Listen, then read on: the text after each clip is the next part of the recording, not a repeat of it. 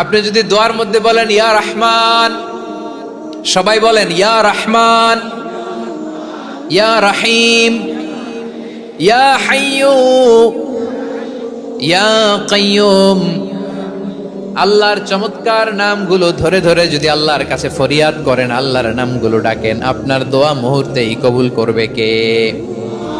বিষ্ণু ঈসা ইসলাম এভাবে আল্লাহর নামগুলো ধরে ধরে জিকির করতেন, আল্লাহর নাম জপতেন। তিনি বলতেন আসআলুকা বিকুল্লি ইসমিন হুয়া লাক, আল্লাহ তোমার যত নাম আছে সব নামের ওসিলায় তোমার কাছে ফরিয়াদ করি, সব নামের ওসিলায়।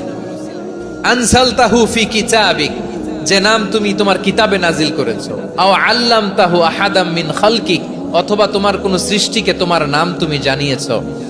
আও ইস্তাসারতা বিহি ফি ইলমিল গায়বি ইনদাক, অথবা গায়েবের জ্ঞানে তুমি তোমার নিজের জন্য ওই নামগুলো সংরক্ষিত রেখে দিয়েছো। সব নামের ওসিলায় তোমার কাছে চাই। সুবহানাল্লাহ পড়েন। তার মানে আল্লাহ তোমার যে নামগুলো আমরা জানি এগুলার ওসিলায়ও চাই, যে নামগুলো আমরা জানি না সেগুলোর ওসিলায়ও চাই। আল্লাহর সব নাম আল্লাহ আমাদেরকে জানায় নাই, কিছু নাম জানিয়েছেন, কিছু নাম তিনি জানান নাই। সুবহানাল্লাহ বলেন। আল্লাহ তাআলা তার কিছু নাম কোরআনে উল্লেখ করেছেন, কিছু নাম স্পেশাল কিছু নবীদেরকে জানিয়েছেন, আর কাউকে জানান নাই। কিছু নাম তিনি কিয়ামতের দিন আমাদের সামনে প্রকাশ করবেন যে এইটাও আমার একটা নাম, এটা তোমরা কেউ জানতা না। সুবহানাল্লাহ, সারপ্রাইজ হিসেবে আল্লাহ তাআলা রেখে দিয়েছেন, কেউ জানে না। কিয়ামতের দিন আল্লাহ তাআলা সেই নামগুলো জানাবেন। আর কিছু নাম আছে সেই নামগুলো আল্লাহ কোরআনেও বলে নাই, কোন নবীরেও জানায় নাই, কিয়ামতের দিনও সারপ্রাইজ হিসেবেও জানাবে না। ওই নামগুলো স্বয়ং খোদ আল্লাহ ছাড়া কেউ জানে না।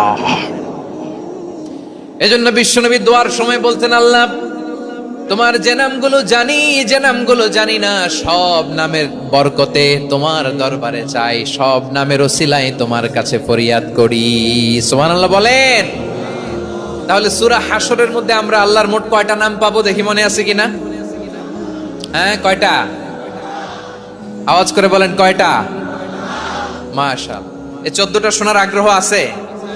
এই দু একজন যে ওঠা বসা করতেছেন, এই ডাস্টে তো ডাস্ট অ্যালার্জি হয়ে যাবে, ধুলাবালিতে আসার সময় তো অনেক ধুলা খাওয়াইছেন আমার এই জায়গায়। একটু শান্ত হয়ে বসেন, আমরা শান্ত হয়ে বসি, অল্প কিছু সময় কিছু কথা আলোকপাত করব, তারপর আমরা বিদায় নিব। উঠবো না, কেউ দাঁড়াবো না, উঠবো না। সেই গতকাল থেকে, গত রাত থেকে আমি দেখেছি তো আপনাদের কাণ্ড কারখানা, ভিডিওতে দেখেছি, কাঁথা বালিশ নিয়ে গত রাতে চলে আসছি। তো অনেক কষ্ট করে অনেক সময় অপেক্ষা করেছেন, আর অল্প কিছু কয়েক মিনিট আপনারা বসেন, আমরা একসাথে বিদায় নেব ইনশাআল্লাহ।